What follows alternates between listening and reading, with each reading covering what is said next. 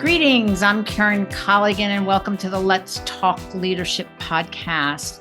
So, why do I care about leadership? As the founder of PeopleThink, and in my tenure as a leader, as a consultant, and as a coach, I've certainly seen my share of very good leaders and my share of very bad leaders. And I thought, it'd be great to share the wisdom from the very good leaders. Hence, the Let's Talk Leadership podcast. You're going to hear from a variety of leaders who are in a variety of roles, sharing their leadership expertise by answering the same 6 questions. Every single leader is unique in their style and approach, and we want to capture that uniqueness and provide you, the listener, with a diverse way of looking at leadership. So let's get moving and talk to our next leadership guest. In this episode, I'm thrilled to be speaking to Jason Cohn, who is the Chief Public Policy Officer at Robin Hood Foundation and the co-founder of BlueCheck Ukraine. We're going to hear all about Jason's approach to leadership. So Jason, welcome, and thank you for being with us today. Thank you so much for having me, Karen. This is a really important conversation, and I'm really honored to be on your podcast. Great, thank you. And so, Jason, tell us a little bit about who you are and give us a little snapshot of Robin Hood and BlueCheck Ukraine before we even start our leadership conversation. So I've spent about 25 years working in the nonprofit field, so in mission-driven organizations. I started out as a journalist covering the United Nations in the late 90s, early 2000s. And then spent 15 years working at Doctors Without Borders, the international aid organization, in the last few years of that, which I was the executive director. In the last 5.5 years, I've worked at the Robin Hood Foundation. I was lucky enough to be brought on board by now Governor Wes Moore from Maryland to establish their public policy arm, which was a new piece of what Robin Hood does, which is grant out about $120 to $130 million a year, tackling kind of every aspect of poverty in New York City, from ensuring that mothers have a healthy birth and kids go to good schools and limit their interactions with criminal justice system, to making sure they have affordable housing and the opportunity to get into jobs that actually help them achieve economic mobility, not just stability. And so I run the sort of policy arm of that. That means I'm both overseeing about $12 million a year worth of grants to fund advocacy and research on those issues, and then also I'm the sort of the lead government affairs official for the organization, for the foundation. And in my almost 2.5 years ago, joined up with a number of former colleagues and actually have Shriver to form BlueCheck Ukraine in the response to the war, the Russian invasion in Ukraine. And we've provided about over $5 million to about 28 local Ukrainian organizations who are doing everything from feeding people to operating hospitals to caring for kids who have autism to building shelters for people who have had to flee the front line. That's sort of the big things that consume my day.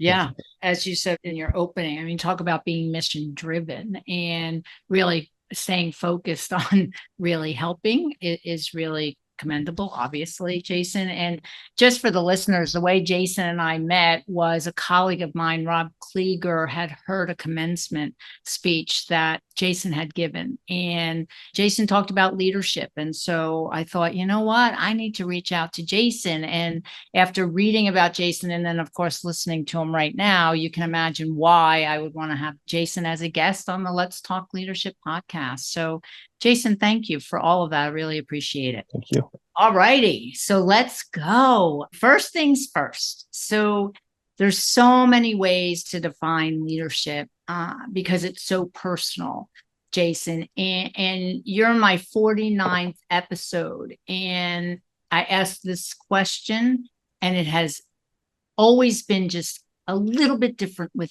every single person. So it's kind of astonishing. So tell me, how do you define leadership, Jason? I define leadership, and I'm going to give the credit to one of my professors, Matt Andrews at the Harvard Kennedy School, because he really helped frame this definition for me during a program I was taking there on implementing public policy. And I think it really should resonate with everyone, which is that leadership is taking risk for something you believe in. Mm, And the reason why that definition really appeals to me is that we often think about leadership in a hierarchical sense. And that definition for me is flat. It's inclusive. Anyone can operate within that definition. And it doesn't put a qualifier around what risk is.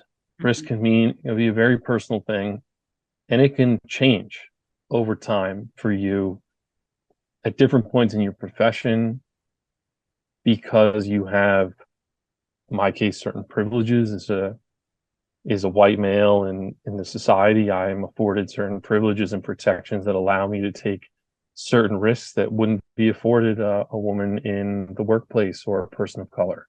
Mhm. So to me, it's a really a very inclusive definition because it allows anyone to really to enter the frame. You don't have to be the CEO. You don't have to be the executive director.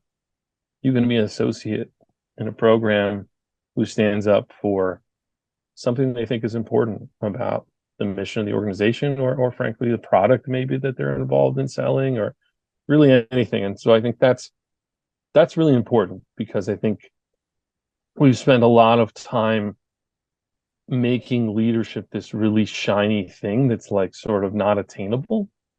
And that is actually not reflected in the real world. People exercise that kind of leadership every day. People take risk, and I call that sort of anonymous leadership. It's the leadership you don't see that doesn't show up in TED Talks and all the other things that we do to sort of lionize leaders. It's really the quiet stuff that happens when nobody's looking, but you're making the right choices.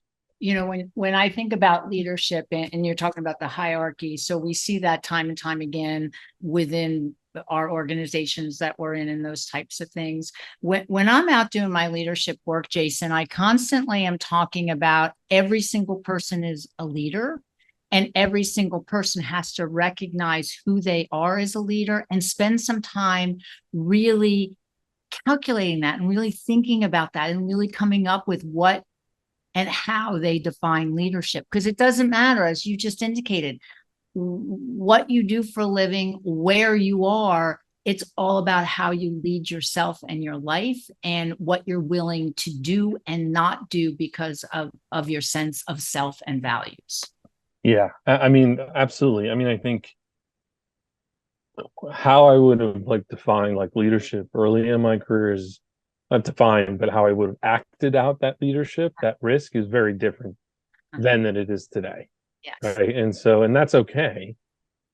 Like, there's no judgment in that. I think, like, I've just found that, even kind of small, like leadership with like a lowercase l, like, is what allows you to build the confidence to take those risks in the big moments that you'll face and you're not really sure you're ready for yet. I think most of the things that happened in my career to date were things that if you asked me, how would you handle those things before you went into the fire? Yeah. I don't know that I would have all the answer. I think you're sort of building up your own internal confidence to confront the things you didn't know would happen. Yes. And that takes time, it takes effort, it takes experience. And as you indicated, it's going to potentially shift as we continue to grow in our career and our life because different experiences are going to impact how we look at leadership and the risks that we're willing to take.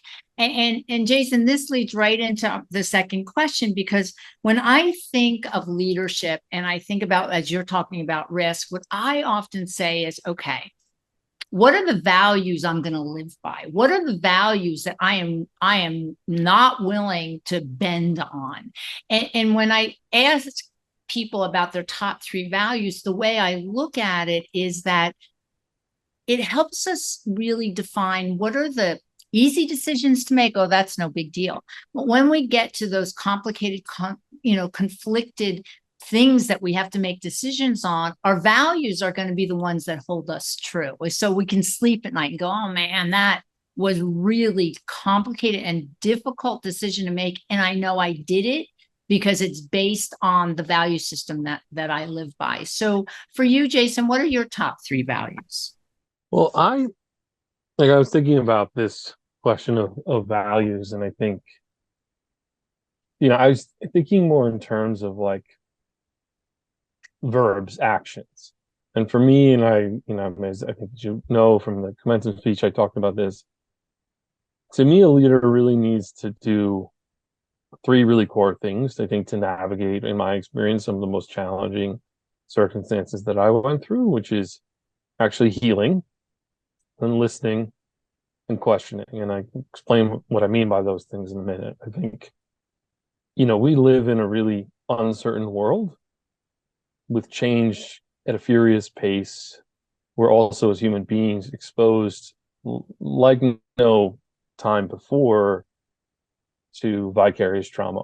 Like when I was a journalist, there was always talk about vicarious trauma as a witness to certain things happening. And that was something that happened when I was working in the field in a lot of different conflict zones and other places, refugee camps and things like that over the years. But nowadays, there's really no separation with social media and exposure we have. And so, and I say this is about sort of like, it's important as the leaders that we're self-reflective and cognizant of how our experiences actually, both subconsciously and consciously, will affect our ability to make judgments in times of uncertainty and crisis when we're leading institutions. Because it's in times of uncertainty and crisis that as human beings, we fall back into our lived experiences take over. Our normal reflexes take over and sometimes overtake our own judgment and ability to separate our lived experiences from the decisions we have to make.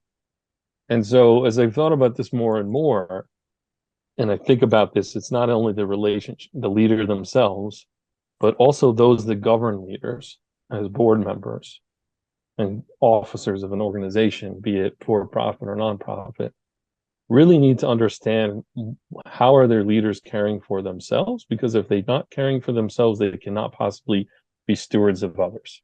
Yes. And so to me, that's always been, and that's something that was learned, frankly, in hindsight from a lot of difficult work I did over the years, because I need to understand myself. How am I reacting in this moment based on my past experiences? And I don't think that is like, that's not just because I've led an organization and dealt with incredibly difficult situations, like have to speak to a parent because their child's been abducted in a conflict setting. Like I've operated in very extreme environments, but I think, again, everyone is tested. Every leader is tested in a different way. And I think it's still incumbent upon leaders to be reflective enough to do that. And so I think that's a really important thing that we don't talk enough about as leaders. I think listening is absolutely a skill that is not learned, you're not born with. No. We need to be active listeners. We need to understand our staff, our customers, our donors, our beneficiaries, all these different constituencies. We need to be able to really truly hear and listen to them to inform our decision making. And lastly, I think it's really important is to question. We need to be constantly reflecting and questioning our actions as leaders. Are the steps that we're taking staying true to the values that we profess as an institution or an organization? Are those things being untethered? And we need to be asking ourselves that. And we're not always going to arrive at the same answers. And so I think that's really important. And to be honest, I think that I would take a little bit of an opposite stance from Karen. I think that if we're not questioning things as leaders, we're not going to sleep well at night. If we're not unsure, the most difficult choices are really things that leave us unsettled. Mm-hmm. They're not the easy things. We're not going to get as leaders, you're not going to get the luxury of that feeling that the decision was necessarily right, because the hardest choices are the ones we're uncertain about. And I think it's that active state of questioning that allows us to reflect on decisions made and really approach them later with distance to learn from them. So that, those are kind of the verbs or actions that I think are really necessary in this day and age to be strong leaders in such a fast-paced, changing time. Yes, agree. And the comment about sleeping at night. I mean, we as leaders have to make very hard decisions. And what I'm saying about the sleep at night, Jason, is the fact that if we can go back, I'll use your word, self-care, self-awareness, the beautiful word of healing. I mean, as when I wrote to you originally, I said, I have never heard a leader talk about healing, and especially as your number one. So I understand it makes perfectly good sense. The order it makes perfectly good sense. And sleeping at night is can be complicated anyway. Yes. And when we're making those very complicated, difficult decisions, if we're doing it based on the core of what we know is right, it's just a little bit easier. And are we going to question? I hope so. As leaders, we're going to question. And I hope we don't take everything for face value. And it's very emotional. I mean, leadership is very emotional. The words you used, healing, listening, questioning, that had nothing to do with competency based. It's all emotional intelligence. I will just say one thing, Jason, our leaders, we don't have enough with emotional intelligence, and I'll leave it at that. How does that sound? Yeah. All right, great. So, third question, what's the best advice you ever were given by a leader? So I would say, I was thinking about this, I think watching leaders that that have mentored me or I've had the privilege of working alongside has been the best advice, right? Like, what do they do in a moment of uncertainty and where again, yes, you have anchor points and values, but you're thinking about the long-term ramifications and decisions. So I had the privilege of working before I became executive director under a woman named Sophie Deloney, who was my predecessor. And we were facing a very difficult fundraising environment. This was right around the time of the financial crisis in 2009, which led to a precipitous drop in private giving for philanthropy. We were contemplating whether or not, and this might sound silly in some ways, but we were contemplating whether or not to accept funding from the Bill and Melinda Gates Foundation. And we, as an organization at Doctors Without Borders, had very significant difference of opinions on intellectual property rights as it pertained to access to medicines and the cost of medications. And we just had understandably, very different opinions on intellectual property rights and how they pertain to health products. As an organization that had historically not accepted donations from the Gates Foundation, the foundation, which was obviously incredibly important and remains today one of the most influential non-state actors in the global health world, treated us more as a peer and not as a grantee. And in spite of the fact that we were facing these very significant funding shortfalls, and there was a divided management team, including myself, Sophie stood the line and decided it was not in our best interest in the long run to accept these funds, and that we had a greater value in trying to continue a dialogue and influence the positions of the foundation.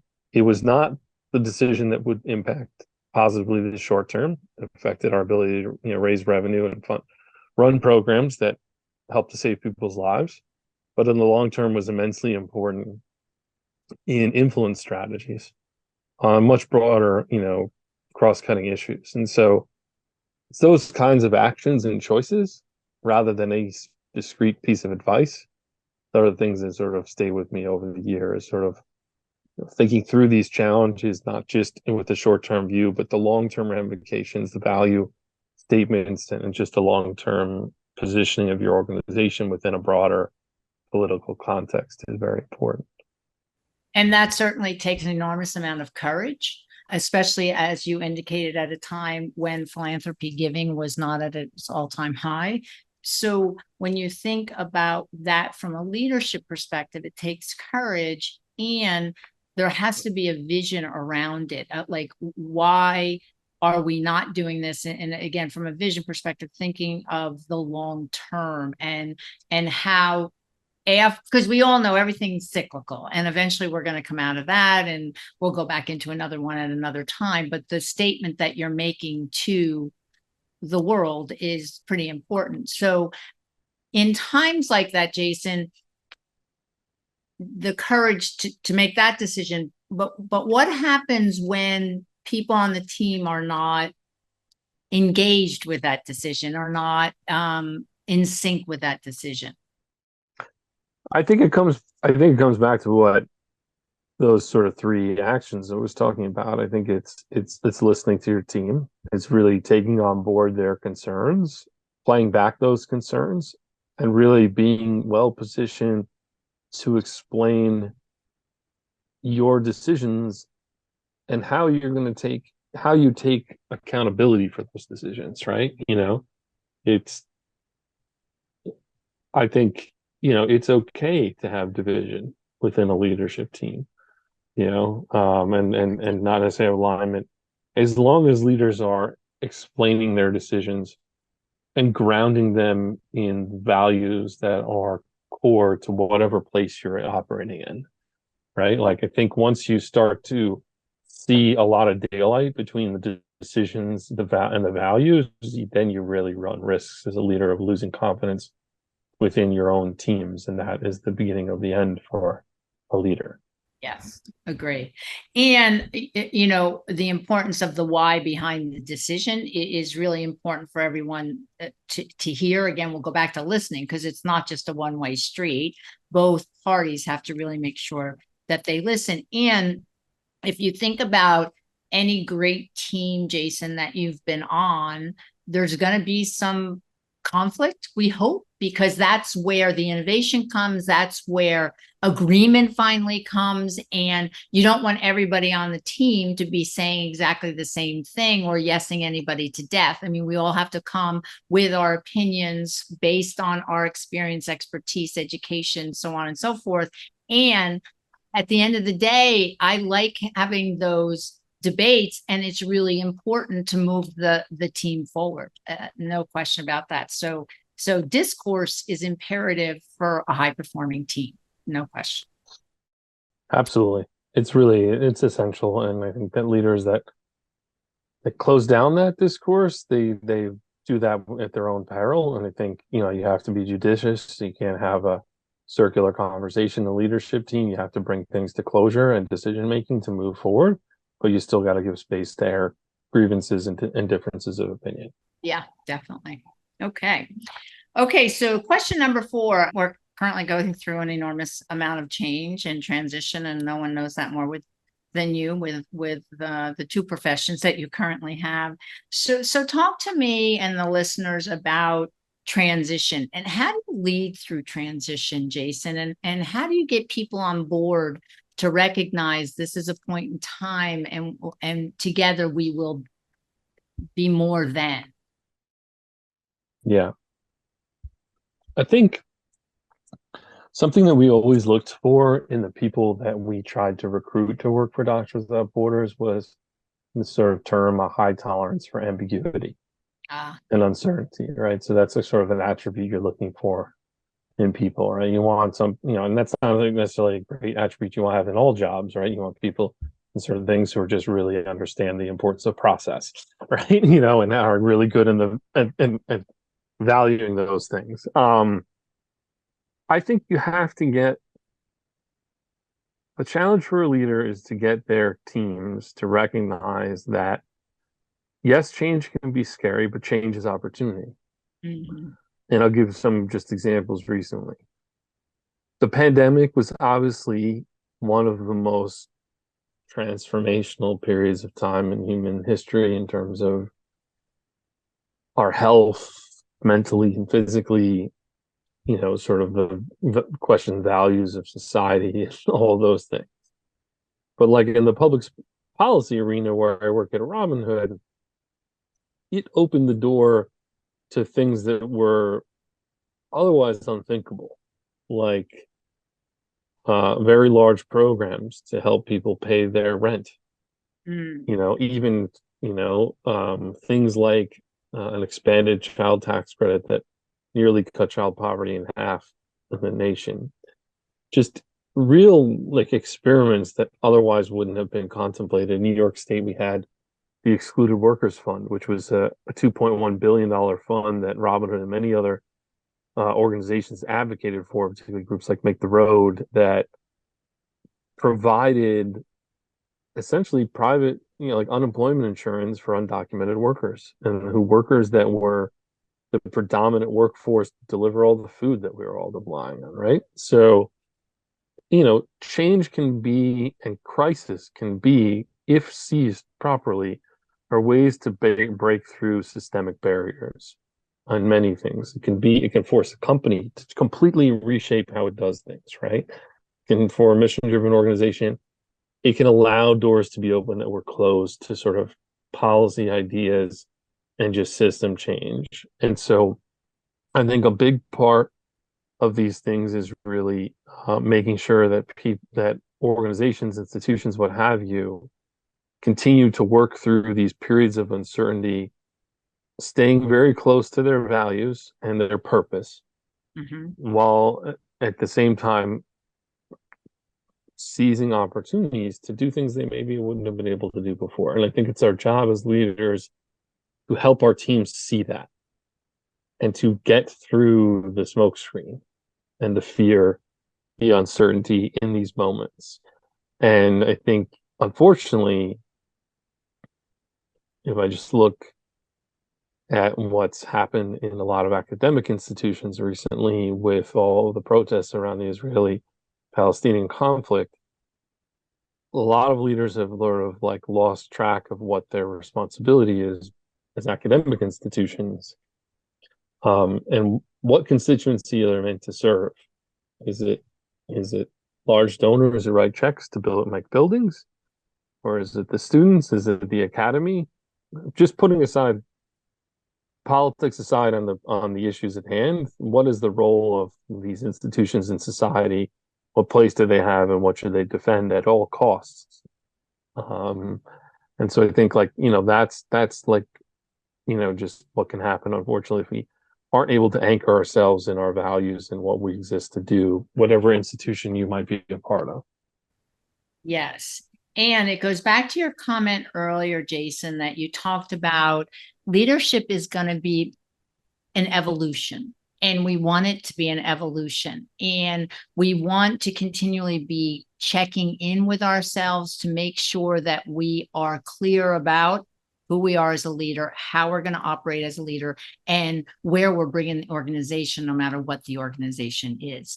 And so, as you were just indicating, I think at times we get so involved in the day to day and just really moving everything forward that we forget to stop a little bit and say, okay, I have to check in here and check in with myself and really check in with my self-awareness and be certain that I am living my leadership mantra, if you will, and that I'm leading the organization in that way. And it doesn't matter, again, if the organization is you individually, a team, a bigger organization, academic institution, and nonprofit.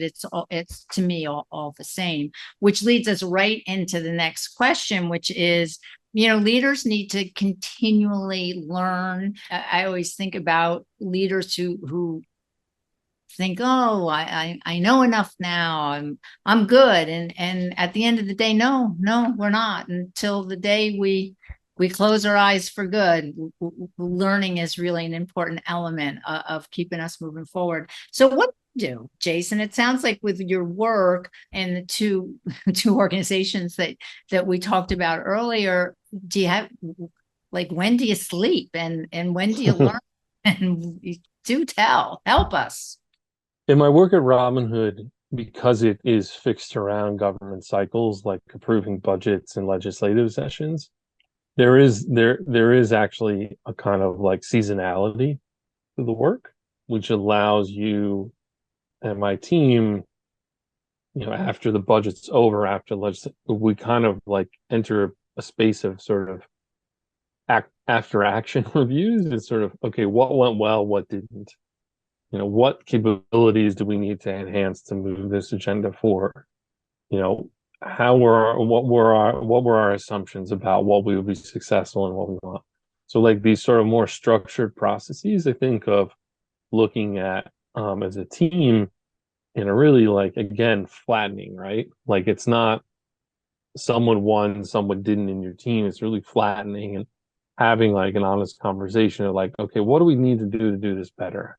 Yeah. To keep getting stronger. And it's an action of basically accepting that discomfort, is a way of strengthening. Mm-hmm. And then if we do that together as a team, we're going to do better. And sort of, and also just asking ourselves, are like we holding true to our purpose? So, at BlueCheck Ukraine, our mission statement really is centered around the fact that we believe that people closest to the problem, include this is Ukrainians themselves, responding to the human consequences of the Russian invasion, are best placed to meet the needs of their neighbors. Mm-hmm. And that we are raising money to empower them and to give them the resources. They're our focal point. We're going to help tell the story back to the donors of like the impact of the work, and we're going to make sure that donor money is stewarded. But at the end of the day, our central focus is on those people willing to take risk to do what they need to get done. And our entire operation needs to be constantly asking ourselves, are we doing that mission as efficiently and effectively as we can? And if we aren't, what do we need to do differently? So I think, that's really, as one of my colleagues, or if you point to Dexter, one of my co-founders says, they love the problem, not the solution. Yeah. So, and that's also what I learned, frankly, in my program at the Harvard Kennedy School, which is really centered around deconstructing policy issues into what's a good problem? What are the characteristics of a good problem? Because if we don't define the problems, then we can't possibly know what we're trying to do to fix. So, that's kind of like, but sort of like, tools, resources. To me, it's really centering around. It goes back to what you talked about earlier, is the listening and the questioning, because as the seasonality happens with Robinhood, you're doing the process flow and making sure, what did we do right, what could we do differently, what's our capacity, who has to kind of upskill, and those kinds of things. And as you indicated with BlueCheck Ukraine, then it's all about really making sure that our mission driven focus is completely on task and everybody understands it. One thing I will say to you, so you say love the problem and not the solution. However, you have to admit that the solution is pretty darn good when it works, right? It is. I just think a lot of times we go to the solution state too quickly. And really breaking down a problem is trying to understand its core essence, right? Really, like, otherwise we risk sort of coming up with band-aids to problems, right? And that's not just for like societal issues. That's can be in a a large for-profit company. Like, what's the crux of the issue we're trying to solve? And I think it's just it's really important. And it's also thinking about like that sort of orientation is also acknowledging that sometimes incremental progress is paramount, is like paramount to transformation, right? Like we need, like, we talk constantly about disruption as if the disruption is the end goal, rather than what you're actually disrupting for what purpose, Or what? right? And what to solve, right? And that's like a very much I personally think of kind of myopic view that sort of emanates around technology-driven solutions to every problem. But I think you've got to, again, I think focus on the problem. And also I think, the listening component comes in there as well. A lot of the work that I did and continue to do with Doctors Without Borders was around compromise.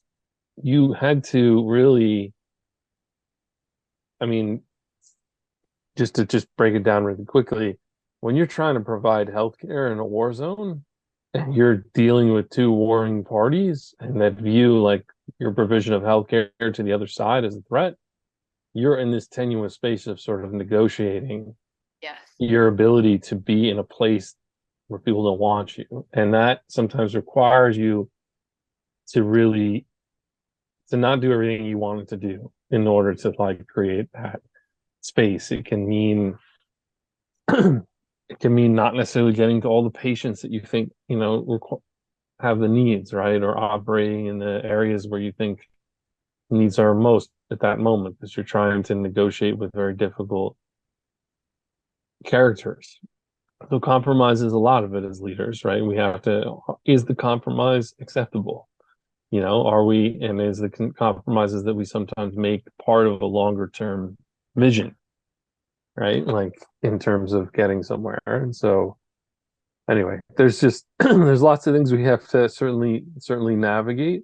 But I think again, coming back to what's your purpose? Mm-hmm. Are we continuing to work towards the core problems that we decided that we want to solve? Whomever it is, it could be patients in South Sudan, or it can be your customers. Like it doesn't, if you're, it's regardless, agnostic to the Yeah. beneficiary or the customer, right? Yeah. Well, that goes back to your point also about the ambiguity necessary for part of your recruiting. And, if you think about the situation you just talked about, I mean, in that moment, that's way different than, being in the States in an office with your friends and colleagues and leaders trying to make decisions that are not necessarily impacting lives. So all of a sudden there's another element that comes into this based on human needs and human beings. And that's Yeah. a whole different framework, Jason, that most people A have never experienced, and B would not be their best selves in those situations. So Yeah, that, understandably. that's a lot. So on a lighter note, in terms of our last question. So when I think, Jason, about a leader, I think about, a leader has to show up whole. They have to be this whole person. They can't just be, okay, I'm coming to work, I'm this, I go home, I'm that. With my family, I'm this. And so I always think about the joy of being who we are. So in order to fill up, Jason, what do you do to make sure that you have joy in your life? And what do you do that gives you that fullness and that wholeness that lets you be the best leader that you can be? I mean, mostly it's centered around my family. I mean, I have a daughter in college. A lot of like getting away was watching her like perform on stage, either in a musical or in dance. For my son, who happens to be more athletically focused, it's just watching him play the sports he plays because that sort of crowds everything else out. You have to just focus on what's happening, Huh? what's happening there, and then it's time with my wife and our dogs, and and if that happens to involve going to a show, or going to an art gallery, or just frankly putting a record on, those Yeah. are all good things, but it's normally with family and friends, and just finding the quiet. And that can Yeah. happen at 7 a.m. on your front porch, or it can happen somewhere else more luxurious. But I think finding the stillness, Yes. in your life, wherever Yes. you find that, honestly, wherever that works for you. And Jason, is it hard for you to find the stillness? I mean, you've got a lot going on. Is it hard for you to get there, to get to that place? I'd be lying if I said it wasn't. I mean, I think, I just happen, I think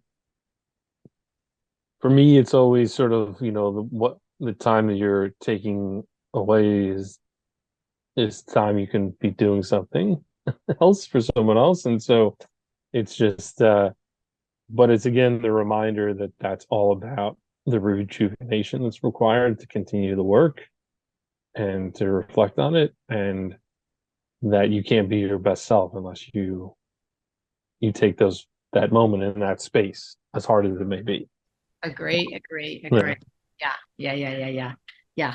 And we all find our stillness in different ways. And so that's why I like to end on that question, because it's just so important for listeners to really understand the importance of making sure it's not all just about work, and that there's so many other facets in our lives that we have to bring to the table in order to be a great leader. No question. Yeah. And I think just one last thing is I would say great leaders need great teams. I mean, and I think like we need to be able to, without necessarily having to know everything that's happening in the lives of our staffs, we need to understand that there are going to be moments in people's lives where they're not their best selves, and there are going to be moments where they're going to be better than you are. And that's okay, and that we need to kind of like lift each other up in our times, and we can modulate our expectations of our teams. The notion that like we need to have these sort of like linear lines of performance is not grounded in a human reality where people have challenges in their lives. And I personally found that I have gotten the greatest commitment from the people who have worked for me, and frankly, leaders have gotten the best commitment from me when they have recognized that sometimes I'm going to be really great, sometimes I'm going to be not so great, and that's okay, because at the end of the day, we're like in it together. And it's that kind of like solidarity in teams that's like where you see, I think, the greatest performance achieved. And you're speaking my language, that great leaders need great teams. And as we talked about earlier, high performing teams, we have to allow them to fight a little bit. We have to allow people to be human, Jason. And as we continue to move through our careers, and anyone else is moving through their careers, we're all human. I mean, we have to give and take to each other. And, I'm really smart. You're really smart. I'm not always so smart. And so, you know what? People need to give me a little grace. And it's important that I give others a little grace. And that's just what you're talking about. It's about the kindness and the respect to give people grace of where they are in that moment in time for them, so that they can move forward and give us the best when they can. Absolutely. That's the only way we can actually retain some humanity. Yes. In the work. Love the idea of humanity and work, Jason. Again, now you're really singing my song. Yes, humanity is a beautiful thing. Yes, indeed. All right. Well, thank you so much for Thank you. My goodness gracious, I learned so much. And it's so inspiring to hear of what you've done. And as we've talked about more than once, is the healing and the listening and the questioning, and how important it is to stop and have that self-care, Jason, and, really start to think, have I heard what that person has said? And am I questioning even what I'm thinking? Like, where am I on this? And just because I thought this a month ago doesn't mean it's in the same stratosphere, if you will. So really, really eye-opening. Appreciate that very much. And all I can say is I'm so grateful about your commencement speech at Marshall, because otherwise we would not have met. Appreciate it. Well, it's been a pleasure talking to you. Yeah. Appreciate it. Yeah, absolutely. Thank you for the time. All right. So for our listeners, thanks for listening. And I'm Karen Colligan, and you've been listening to Jason Cohn, who is the Chief Public Policy Officer at Robinhood and the co-founder at BlueCheck Ukraine. If this leadership podcast was of interest to you, go to our YouTube channel, People Think SF, and listen to all the distinguished leaders I've had the pleasure of interviewing. You're going to learn so much about the uniqueness of leadership, because I know I have. And don't forget to share it with your colleagues. Till the next episode of the Let's Talk Leadership podcast, have a good one. And don't forget to keep it real. Editing by Mary Lee Williams. Everybody have a great one. Thanks so much. Bye now.